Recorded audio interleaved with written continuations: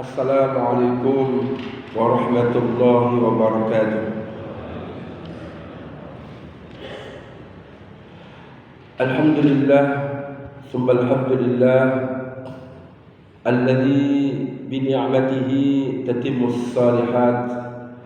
Ashhadu an la ilaha illallah wahdahu la syarika lah, dzul jalali wal ikram. Wa ashhadu anna Muhammadan abduhu wa rasuluh al-mab'utsu rahmatan lil alamin. Allahumma salli wa sallim wa barik wa an'im ala abdika wa rasulika nabiyyina Muhammadin sallallahu alaihi wasallam wa ala alihi wa ashabihi wa man tabi'ahum bi ihsanin ila yaumiddin, amma ba'd. Allahumma inna nas'aluka ilman nafi'a wa rizqan thayyiba wa amalan mutaqabbala. Allahumma amin. Bapak-bapak, ibu-ibu yang saya hormati, alhamdulillah, pagi hari ini kita kembali ditakdirkan oleh Allah, ditakdirkan untuk bisa menunaikan salat subuh berjamaah di Masjid Baitus Salam ini. Ini tentunya adalah nikmat dari Allah Subhanahu wa taala. Oleh karenanya di awal saya mengajak diri saya dan mengajak Anda semuanya untuk selalu bersyukur terhadap nikmat Allah Subhanahu wa taala. Salawat dan salam mudah-mudahan Allah Subhanahu wa taala melimpahkan kepada uswatun hasanah kita baginda Rasul Muhammad sallallahu alaihi wasallam, dan semoga Allah limpahkan pula kepada sahabat-sahabat beliau, keluarga beliau, dan mudah-mudahan kepada seluruh pengikutnya yang setia dalam melaksanakan sunnah-sunnahnya. Bapak-bapak, ibu-ibu saya hormati, untuk pagi hari ini kajian tafsir suratul Fatihah masuk ayat yang ke-6, ihdinas siratal mustaqim. Bapak Ibu, sebelum kita masuk dalam pembahasan surah Al-Fatihah ayat yang ke-6, mari kita bersama-sama terlebih dahulu, yaitu tahsinul Quran, terutama tahsin suratul Fatihah. Ya, silakan Bapak Ibu ikuti saya saja.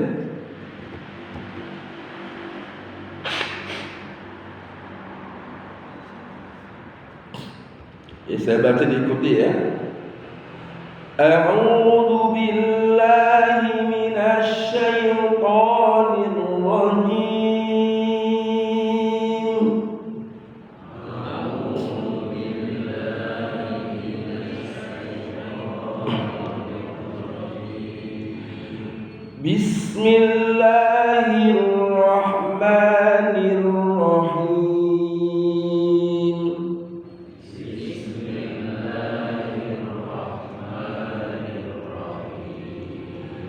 Alhamdulillahi Rabbil Alamin.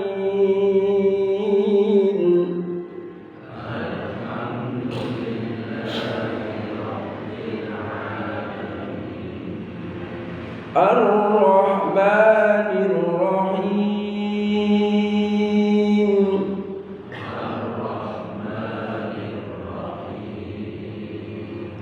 Maliki yaumiddin.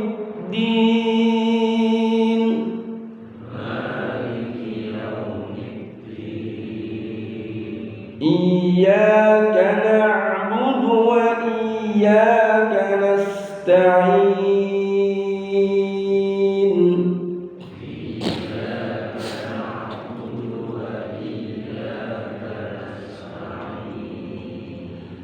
Ihdinas siratal mustaqim.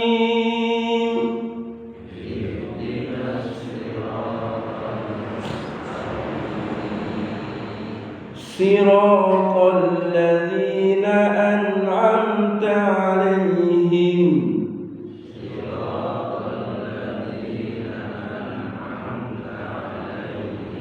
ghairil maghdubi 'alaihim waladdallin.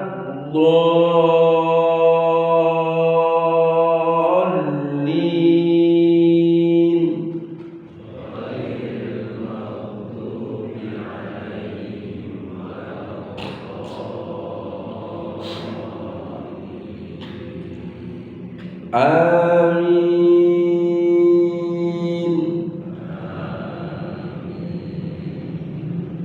Bapak Ibu langsung saja ya. Jadi pada pertemuan yang lalu sudah kita bahas iyyaka na'budu wa iyyaka nasta'in. Kalimat iyyaka itu didahulukan, baik na'budu maupun nasta'in. Kalimat iyyaka didahulukan, objeknya didahulukan Bapak Ibu. Kalau objeknya didahulukan itu artinya apa? Berarti mengandung maksud taksis, khusus, hanya. Artinya hanya padamu ya Allah kami menyembah, dan hanya padamu ya Allah kami mohon pertolongan. Di sini Bapak Ibu beribadah, menyembah, mohon pertolongan hanya pada Allah saja. Karena kalimatnya didahulukan objek. Objeknya adalah Allah. Iyyaka, hanya padamu ya Allah. Bukan na'buduka, bukan kami menyembah engkau, tapi engkau aku sembah. Kalau kami menyembah engkau artinya bisa menyembah yang lain. Tapi kalau hanya padamu saja berarti tidak ada yang lain Pak.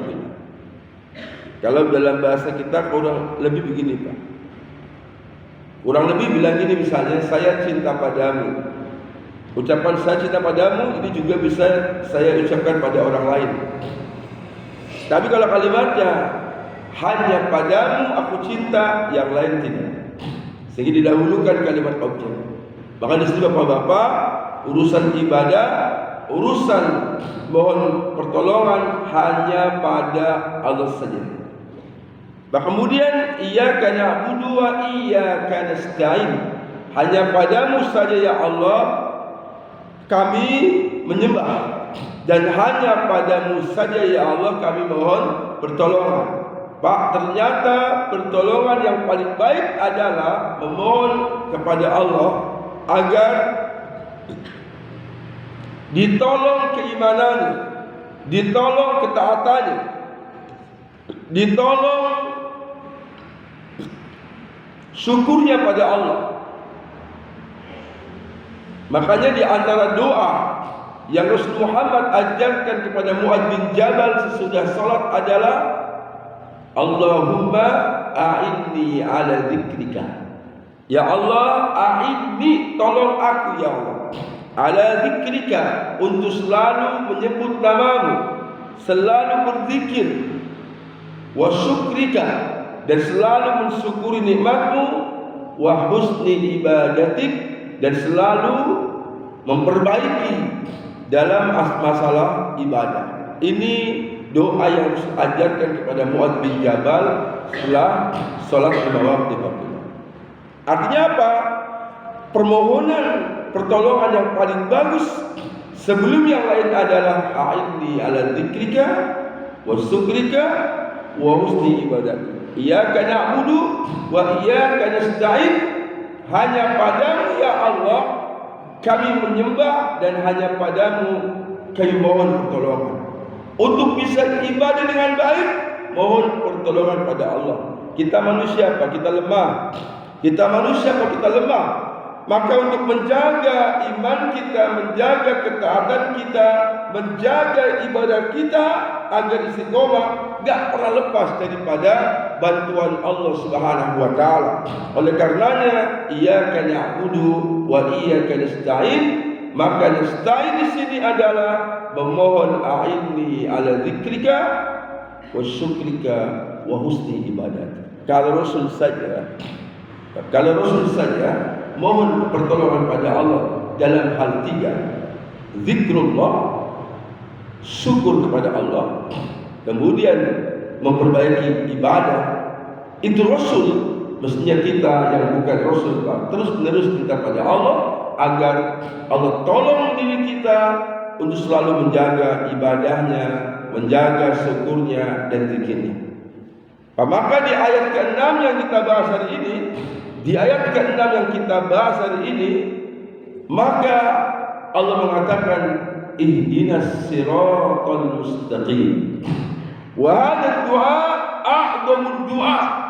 Dan doa ini merupakan setinggi-tingginya doa. Hadha du'a a'dhamud du'a. Doa ini adalah a'dhamud du'a, doa yang paling besar. Seandainya semua doa antum kumpulkan, doa-doa dikumpulkan, maka a'dhamud du'a hadhihi doa. Sebaik-baik, setinggi-tinggi, sebesar-besar doa adalah doa yang Allah tunjukkan kami jalan yang lurus. Apa artinya kita doa minta rezeki yang banyak kalau ujung-ujungnya masuk neraka? Apa artinya minta pada Allah mobil mewah, kendaraan yang bagus, rumah yang lebar, tapi ujung-ujungnya enggak mendapatkan hidayah? Ayyul mu'minun rahimakumullah. Sehingga apa? A'dhamu hadha du'a huwa a'dhamu matalibil mu'minin. Doa ini adalah a'dhamu matalibil mu'minin, merupakan matalib al-mu'minin, yaitu keinginan, permintaan orang beriman yang paling a'dham, yang paling mulia, yang paling besar adalah ihdinas siratal mustaqim. Ayuhal ikhwah, jangan sampai kita minta pada Allah rezeki yang banyak, rumah yang bagus,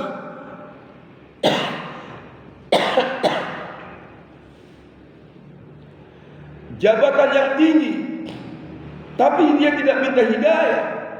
Sangat rugi wakilah kalau orang tidak minta hidayah.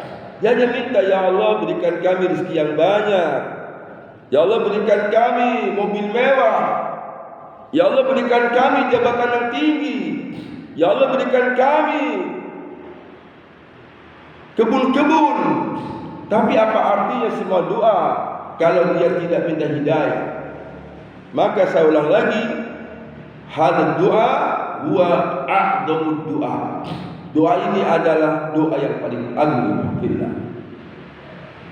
Apabila kita lihat tafsir, di mana Ustaz Ali Sabuni dalam tafsir waktu tafsirnya mengatakan ihdinas siratal mustaqim, ay dullana tunjukkan kami, wa arsidna bimbing kami, ya Rabb wahai Tuhan, ila tariqikal haqqi kepada jalanmu yang benar. Jadi ihdinas siratal mustaqim maknanya adalah dullana, ya Allah tunjukkan kami, wa arsidna, ya Allah bimbing kami, ya Rabb wahai Tuhan, ila tariqikal haqqi kepada jalanmu yang benar, wa dinikal mustaqim dan agamu al-mustaqim,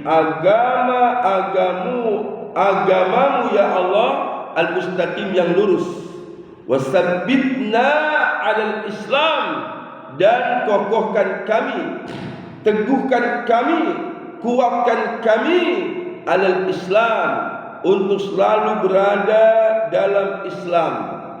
Alladzi ba'asta bihi anbiya'ak, agama Islam yang ba'asta bihi, yang engkau ya Allah mengutus dengan Islam itu anbiya'ak, para nabi-nabimu, wa rusulak, dan rasul-rasulmu, wa arsalta bihi, dan engkau mengutus dengan Islam itu khatamal mursalin, penutup para rasul, yaitu Muhammad sallallahu alaihi wasallam. Apabila jadi maksud daripada ihdinas siratal mustaqim itu apa? Ya Allah, selain tunjukkan kami, bimbing kami kepada jalan yang benar, kepada agama yang lurus, juga maknanya ya Allah sabbitna, ya Allah kuatkan kami, kokohkan kami, teguhkan kami alal Islam, untuk selalu berada di jalan Islam. Jalan Islam adalah jalan alladzi ba'asta bihi anbiya'ak, jalan yang dengannya engkau utus para nabi. Semua nabi pada diutus membawa agama Islam, seluruh nabi, sehingga semua nabi membawa agama yang sama, agama tauhid, agama Islam. Fafillah juga para warusulak, para rasulmu,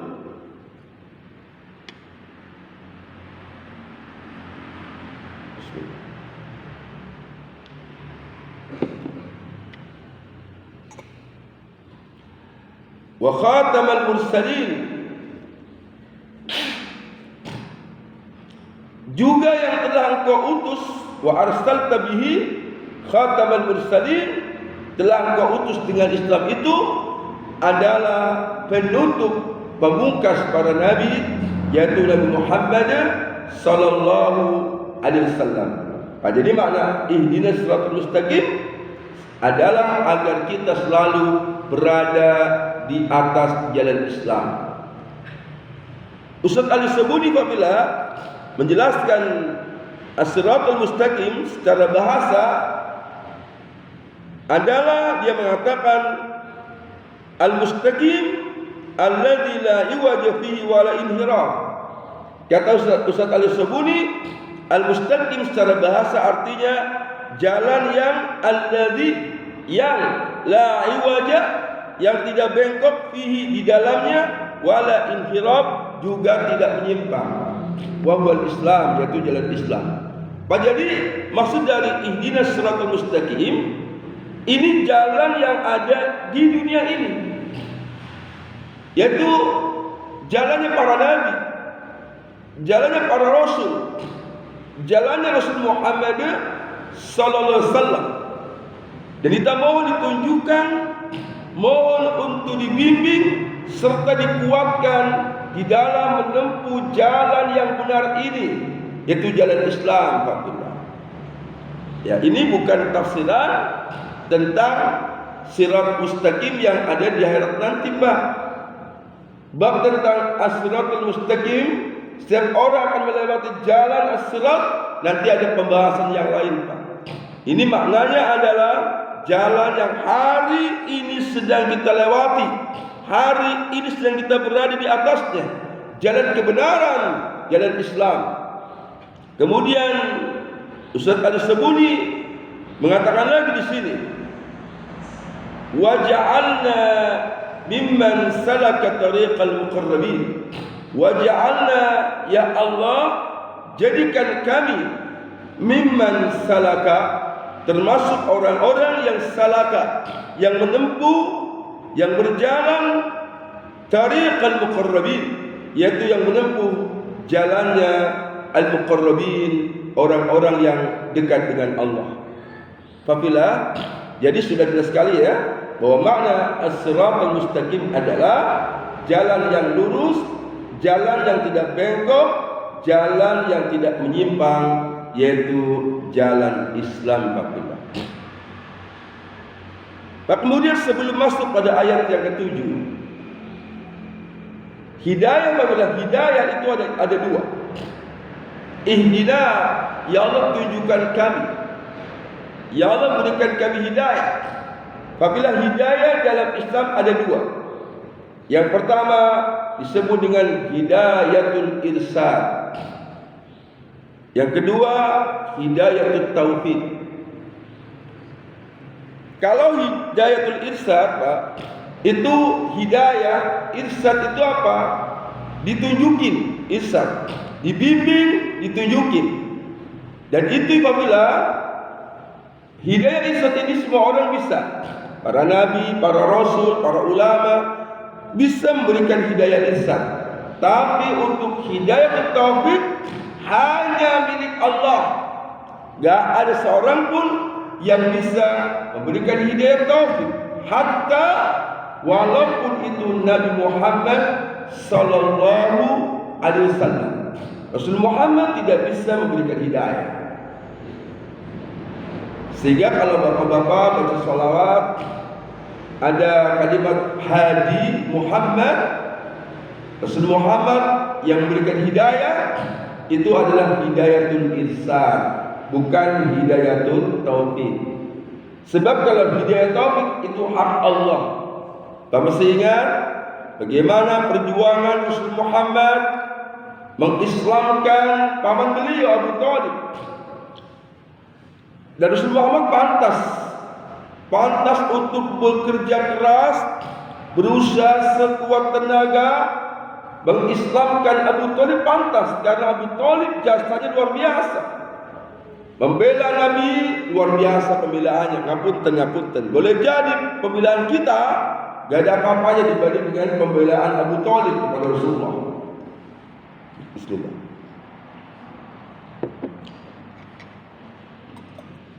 Tetapi hidayah taufik milik Allah.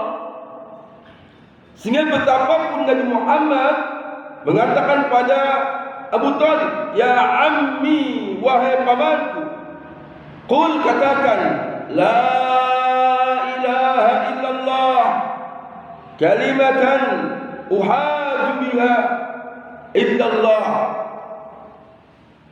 Wahai pamanku, ucapkan la ilaha illallah, sebuah kalimat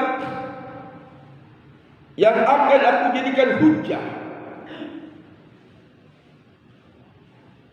Uhajul laka biha indallah, yang aku akan jadikan hujjah. Atau kata Rasulullah, yang aku jadikan hujjah untukmu dengan kalimat tadi di hadapan Allah. Itu ketika Abu Thalib jelang wafatnya. Jelang wafatnya ini Rasul Muhammad menangis, merengek, berusaha agar Abu Thalib mengucapkan la ilaha illallah. Ya kita tahu apabila man qala la ilaha illallah fi akhir hayatihi dakhala jannah. Barang siapa yang mengucapkan kalimat la ilaha illallah pada akhir hidupnya, masuk surga. Makanya Rasul Muhammad membela mati-matian. Tapi qadarullah, Abu Thalib gengsi. Karena pada saat itu datanglah Abu Lahab, datanglah Abu Jahal, juga abu-abu yang lain, ya. Kecuali Abu Gosok. Datang abu yang lain. Maka Abu Thalib mau meninggal aja pak gengsi. Gak enak sama teman-temannya. Abu Thalib yakin agama Muhammad itu benar, tapi gengsi katanya.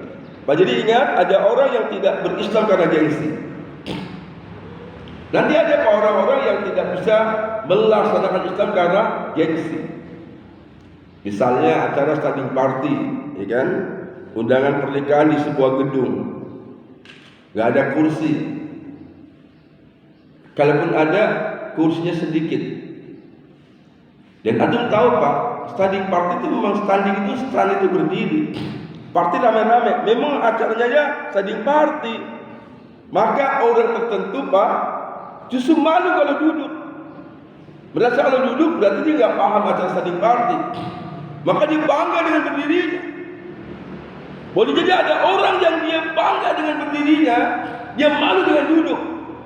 Kenapa faktor gengsinya pak ini? Hati-hati teman-teman.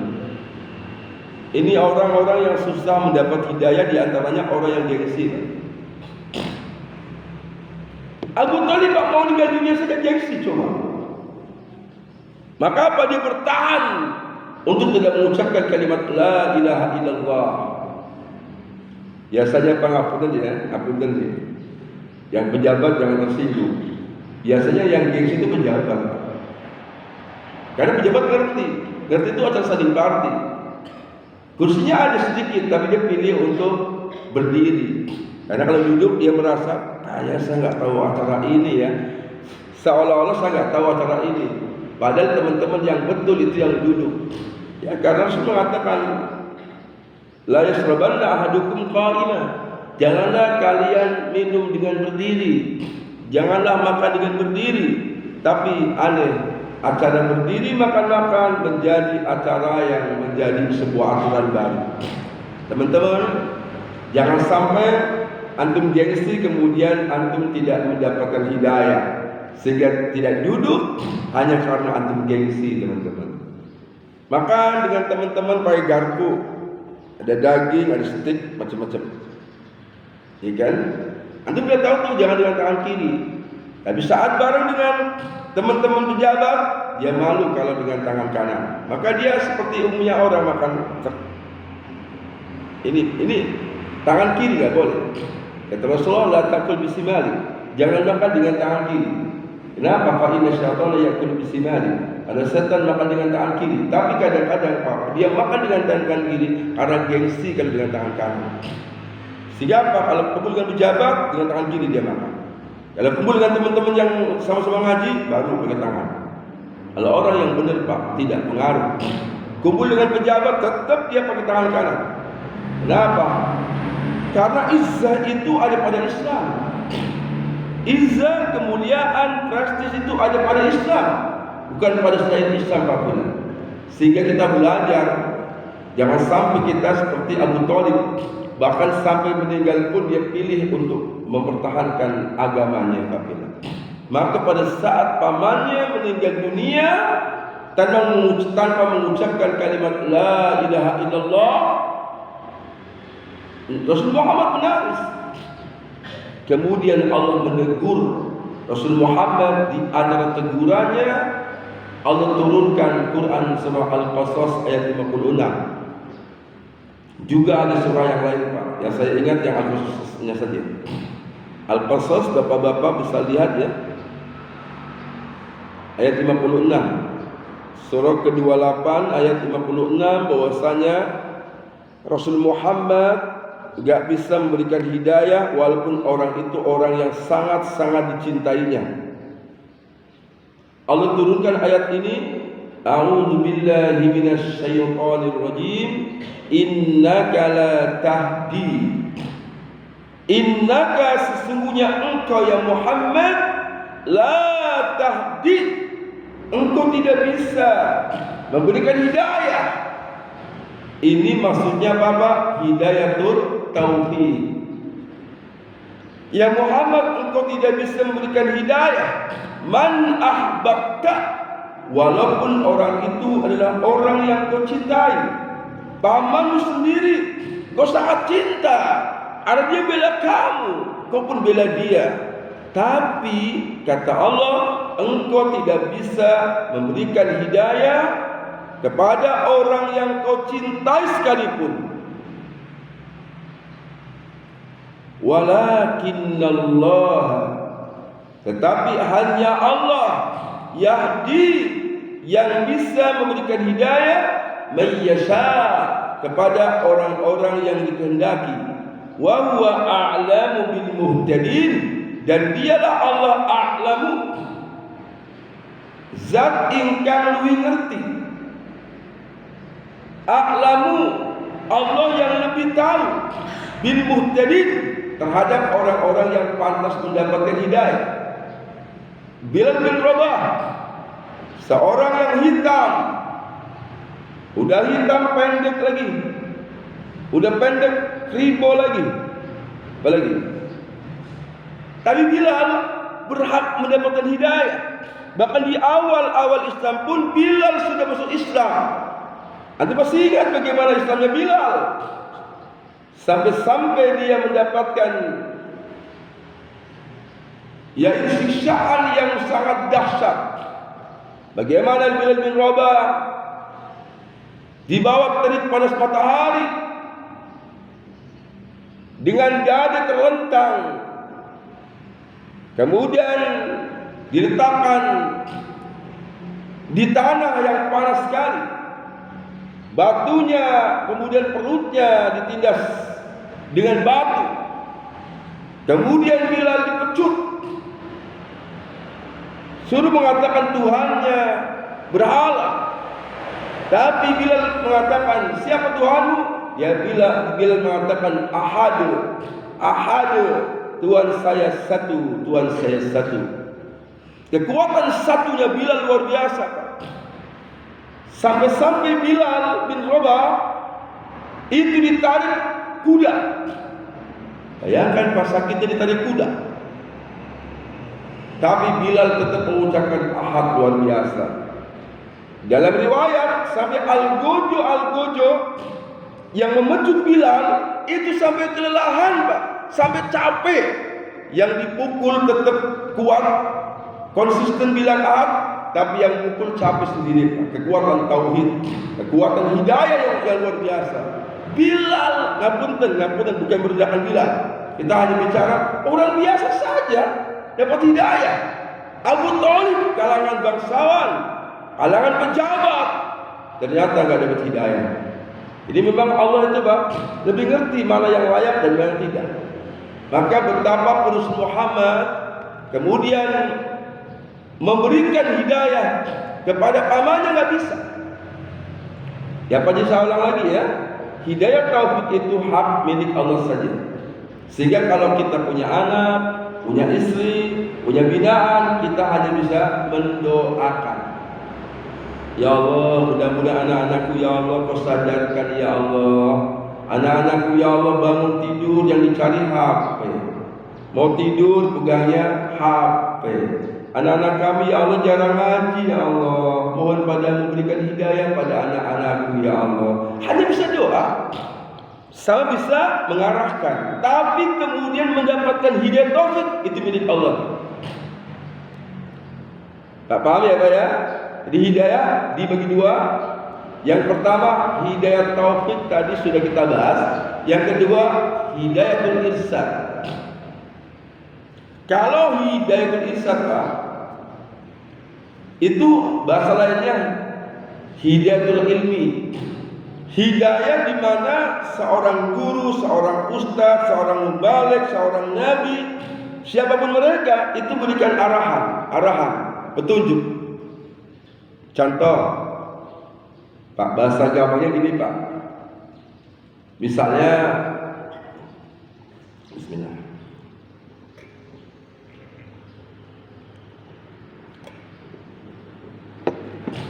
Misalnya kita sakit, Pak ya. Saya pasti sakit, Pak, bawa doanya ya. Tapi alhamdulillah saya bersyukur hari itu bisa hadir, Pak. Saya tuh lagi greges, Pak. Saya doa ya Allah, mudah-mudahan saya bisa hadir. Ilalah saya juga sakit, sehingga nggak ada yang antar. Jadi menjelang subuh hampir mau telepon seseorang untuk jemput saya. Tapi aku bismillah, saya berangkat dan Allah mudahkan saya untuk berangkat. Alhamdulillah, misalnya lagi sakit nih. Kemudian ada orang bilang sama saya, Ustaz Teguh kalau mau berobat, bismillah, ke dokter Guntur misalnya. Lah, ke dokter Guntur berarti dia berikan hidayah irsyad. Paham ya Pak ya? Bimbingan ataupun petunjuk. Kalau mau berobat Ustaz, sebaiknya ke dokter Guntur. Itu irsyad. Tapi nanti apakah saya ke dokter Guntur atau saya ke dokter yang lain, itu namanya taufik. Paham ya Pak ya? Jadi kalau saya ke dokter Guntur berarti saya dapat taufik. Jadi maksudnya apa? Ketika diarahkan ke orang itu namanya irsyad.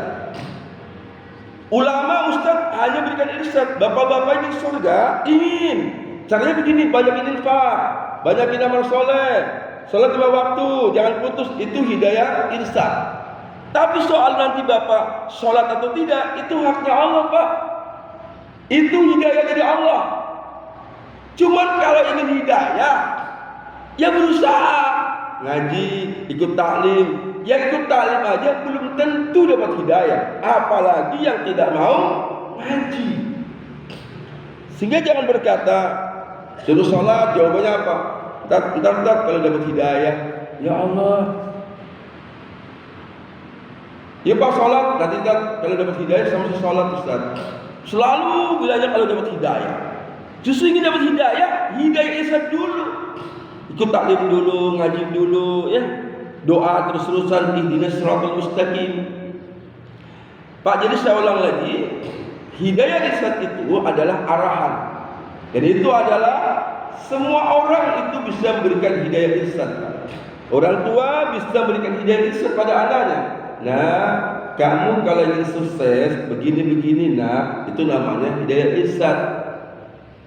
Tapi adapun nanti anak bapak ngikutin kata bapak atau tidak, itu hidayah taufik. Makanya bapak-bapak ketika sudah mengarahkan anak dan anaknya belum ikut bapak tidak usah sedih yang berlebihan Pak. Nanti kalau bapak sedih berlebihan, bapak jadi ngamuk, jadi marah Pak. Ingat, taufik itu miliknya Allah. Lihat bapak-bapak, Nabi Nuh alaihissalam berusaha keras untuk mengajak Kan'an agar Kan'an bersama dengan golongan orang-orang soleh, ikuti jejak nabinya, jejak ayahnya, anaknya sendiri Nabi Nuh. Ngapain Pak? Itu termasuk yang bangkang, bayangkan. Tapi ini jangan dijadikan alasan terus. Kalau anaknya susah diatur, oh Nabi aja kayak gitu, jangan.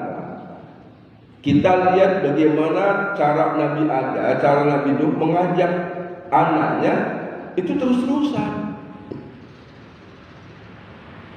Bukan sekali ngajak ditentang kemudian disimpulkan, oh Nabi Nuh aja begitu, nggak kayak gitu Pak.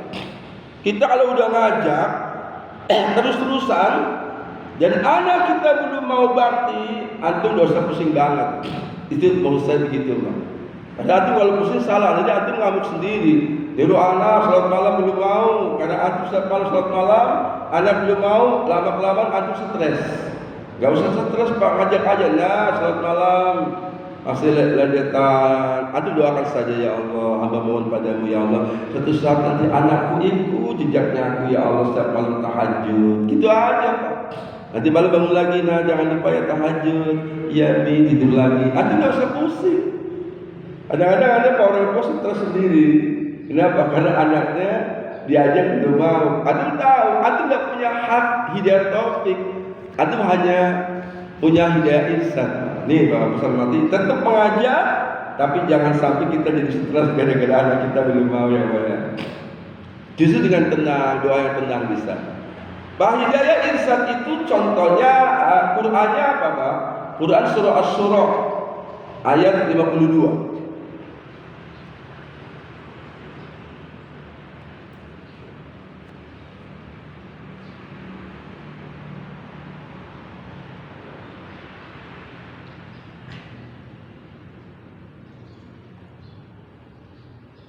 Surah ke-42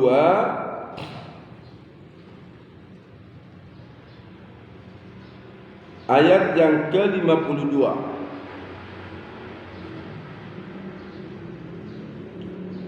Pada bagian akhir ayat ini, bagian akhir saja Pak, saya bacakan. Allah mengatakan,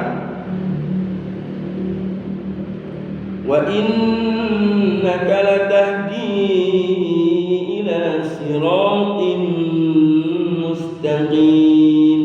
Wa innaka, dan sesungguhnya engkau ya Muhammad, la sungguh. Ini dalam taukid Pak, bukan panjang ya, bukan panjang, bukan wa innaka la, bukan. Kalau panjang tidak, kalau pendek sungguh-sungguh. Wa innaka, dan sesungguhnya engkau ya Muhammad, la tahdi, sungguh engkau bisa memberikan hidayah. Bukan. Yang satu innaka la tahdi. Al-Qasas, innaka wa innaka la tahdi, sungguh engkau ya Muhammad tidak bisa berikan hidayah. Tapi ayat ini mengatakan wa innaka latahdi, sungguh engkau bisa memberikan hidayah. Coba. Ini kalau kita enggak baca tafsir bingung, Pak. Yang satu, ya Muhammad, engkau tidak bisa berikan hidayah. Yang satu dengan tauhid, sungguh ya Muhammad, engkau bisa berikan hidayah. Yang betul mana Ustaz? Di ayat ke-52 surah As-Surah ini hidayatul irsyad, bimbingan. Ya Muhammad, sungguh engkau bisa memberikan hidayah, petunjuk ila siratim mustaqim, kepada jalan yang lurus. Ini Pak, ihdinas siratal mustaqim. Jadi pada ayat ke-52 surah As-Surah, Rasul Muhammad itu bisa membimbing kita, membimbing umatnya kepada jalan yang lurus. Diarahkan oleh Rasul Muhammad agar kita mendapatkan jalan lurus. Tetapi soal kemudian kita menempuh jalan ini atau tidak, itu hidayah taufik. Kira-kira paham gak Pak? Paham ya? Jadi yang Rasul sampaikan lewat Al-Quran, lewat hadis ini adalah hidayah irsyad. Tetapi untuk mendapatkan taufik itu murni milik Allah Ta'ala. Oleh karenanya kita sebagai umat Islam tidak pernah putus, selalu minta pada Allah, bahkan sehari 17 kali, ihdinas siratal mustaqim, ya Allah tunjukkan kami jalan yang lurus Pak. Ini doa harian kita. Bismillah.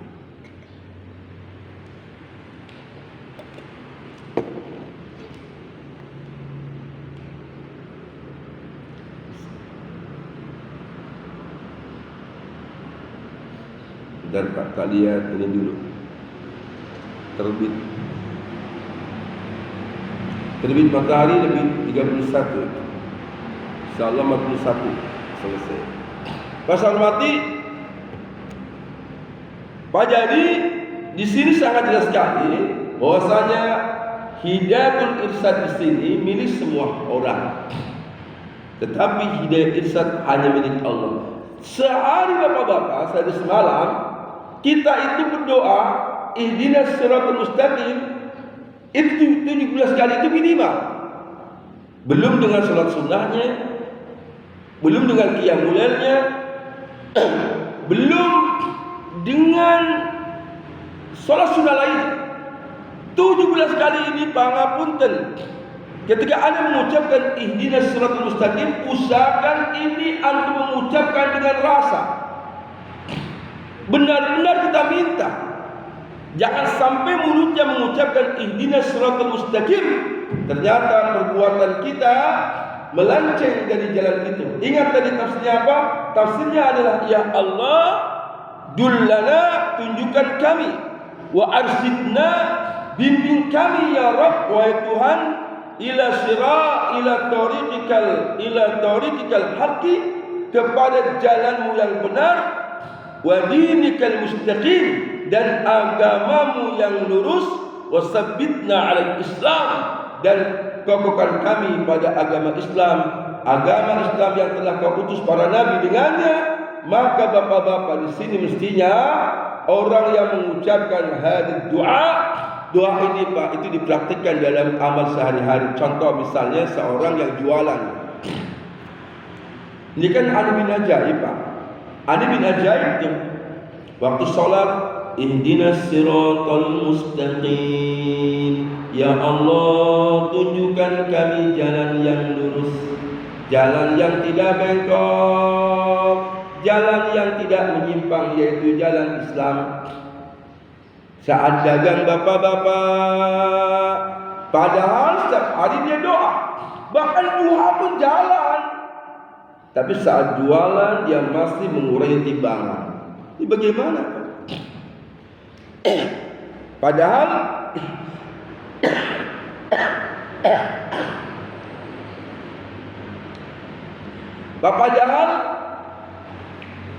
Allah Subhanahu wa taala mengatakan wailul lil mutaffifin, celaka bagi orang yang curang dalam ibadah.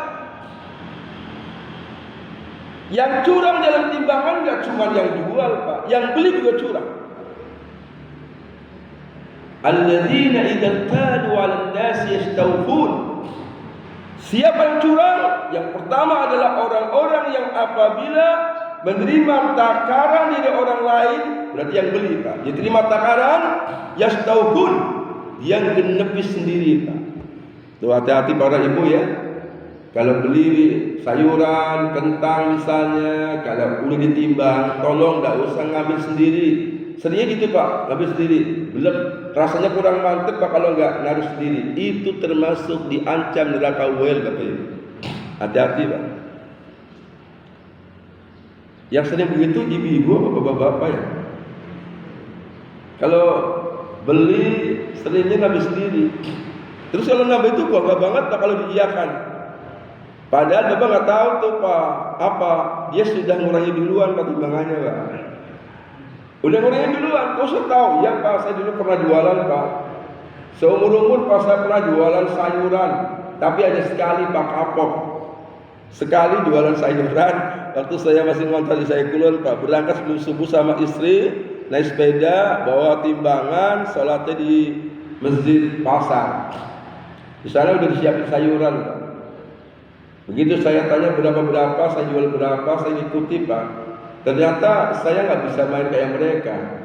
Begitu ada orang beli ke saya Pak, udah ditimbang. Kayak gini Pak seimbang, orangnya nambah sendiri. Saya bilang jangan, ternyata dia malah nggak beli. Dia pindah orang lain boleh. Saya mikir, saya perhitungan dengan keuntungan nggak nyampe Pak kalau ditambahi Pak. Ternyata aku baru tahu, hampir mereka semua sebelum ditimbang itu bandulnya sudah ditaruh di situ Pak. Hampir semuanya udah nggak benar. Ya ketika orang nambah sendiri bagi dia nggak masalah. Tapi itu nggak boleh Pak. Yang kedua siapa yang jualan? Wa idza kaluhum aw wazanuhum yusirun, yaitu orang-orang yang apabila menimbang menakar buat orang lain yusiru, dikurangi, ditimbangnya dikurangi. Hati-hati. Kemarin di pengajian ada yang tanya, Ustaz bagaimana kalau orang yang jualan Ustaz? Niatnya baik Ustaz, dia mengurangi timbangan karena dia niatnya baik, karena pembelinya selalu nambah sendiri Ustaz. Jadi kalau nanti dia nambah sendiri kan sebenarnya dia enggak merugikan kan? Saya bilang enggak boleh. Satu, kenapa enggak boleh? Karena itu larangan.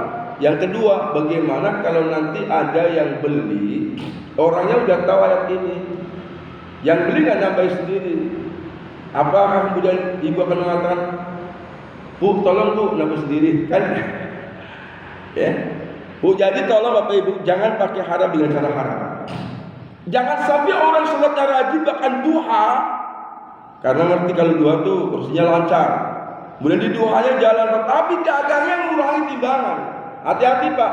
Ihdinas siratal mustaqim itu apa? Minta pada Allah agar diberikan jalan yang lurus, jalan yang benar yang nggak bengkok. Kalau mengurangi timbangan tuh bengkok Pak. Hati-hati Bapak Ibu ya. Makanya hati-hati di pedagang, hati-hati nih. Rasul yang dia bersabda, kata Rasulullah atau kata Rasulullah, bahwasanya inna tujara yub'atsuna yaumal qiyamati fujara. Sesungguhnya para pedagang yub'atsuna yaumal qiyamah akan dibangkitkan pada hari kiamat fujara, dalam keadaan fujar. Fujar itu apa Pak? Orang yang banyak dosa.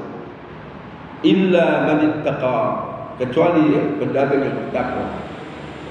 Pak, rupanya sudah maksudnya. Jadi tapi saya harus tambah sedikit Pak. Saya takut salah paham. Pak, jadi satu sisi pedagang itu diancam oleh Rasulullah, kebanyakan masuk neraka, dibangkitkan dalam keadaan berbuat hujan. Tapi ini satu hadis Pak yang menguatkan kita agar berdagang itu apa? Kata Rasulullah, at-tajirus saduqul amin ma'an nabiyyin was-siddiqin was-syuhada. At-tajirus saduq, pedagang yang saduq, yang benar-benar jujur,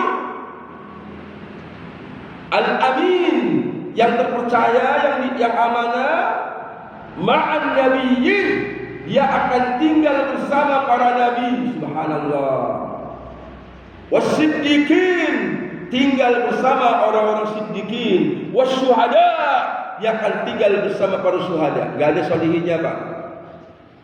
Solihin kan di bawah syuhada. Jadi orang-orang yang dagang, Pak, dia memiliki kedudukan yang sangat tinggi, Pak. Makanya motivasi bisnis kita karena ingin tinggal bersama Rasulullah. Sehingga jangan sampai pedagang itu nggak jujur, Pak. Karena hadisnya menyebutkan gitu, Pak. Kebanyakan pedagang itu fujar, kebanyakan. Berarti sedikit. Dan sedikit contohnya Pak Khalid ya, jualan beli itu jujurnya luar biasa atau yang lainnya. Ini bapak-bapak, teman-teman yang jujur-jujur ini pedagang itu bersama Nabi. Maka kalau udah tahu hadis ini, Pak, kita dagang nggak usah mikirin laris gak laris deh. Kenapa dagang terus? Karena saya ingin bersama Nabi. Sehingga dia nggak pernah gelisah, Pak. Laris syukur gak laris, nyantai rileks, gak sedih. Kenapa? Tujuan saya adalah saya ingin bersama para Nabi. Makanya saya berdagang. Bapak Ibu itu aja. Semoga bermanfaat. Insya-Allah nanti sasa depan kita akan lihat tafsir daripada apa itu jalan yang lurus. Jalannya siapa? Kita bahas Bapak-bapak hari Rabu depan. Semoga bermanfaat. Kurang lebihnya mohon maaf. Kita tutup dengan baca doa kafaratul majlis. Astagfirullah. Assalamualaikum warahmatullahi wabarakatuh.